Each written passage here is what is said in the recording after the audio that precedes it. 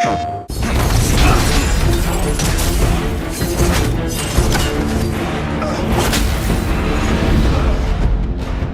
one of the biggest surprises for Valhalla was who invited Kratos, right? Why is Kratos there?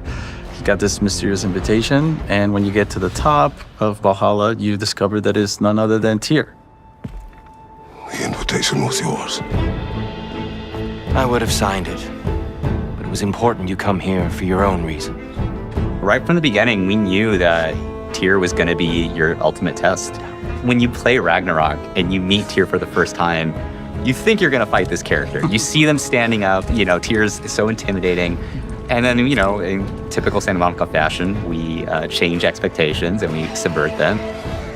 But I think a lot of people kind of play that game. They're like, wow, what if Kratos and Tyr sparred it out? And we wanted to dig into that and really figuring out, how does Tyr fight? What's that relationship? Because they are sparring. It's a very different relationship than we've ever seen Kratos, fight against someone else. Yeah.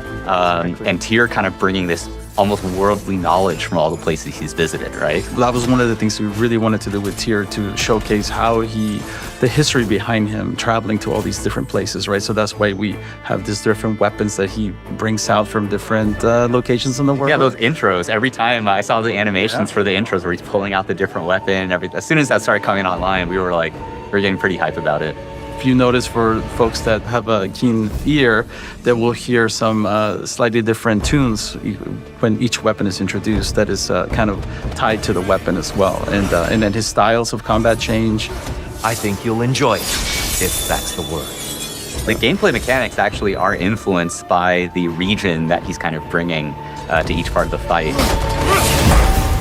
We also play around with some mechanics that are a bit different than fights that you would have in the base game. Yeah. And ultimately, it's like two God of Wars going at each other, Exactly. Right? So that's one of the biggest things, is that when you think about the whole franchise, Kratos has only, even though it's called God of War, he's only confronted Ares, another God of War. Not until now has he had an opportunity to go and fight it out with another God of War. Yes, a completely different context, right? Whereas with Ares was about a completely different thing, revenge. Now this is more about personal growth and challenging himself to master himself, to get him to the next step in his life, which is a super exciting way to reframe this epic battle with another God of War, right? That was distinct, but at the same time brings it full circle.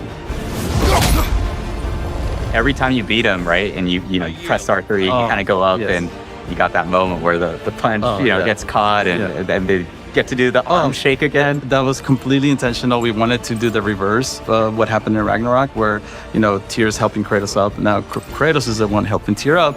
Tyr was definitely a lot of fun to bring to life, and hopefully all of you enjoy fighting them. Arms up!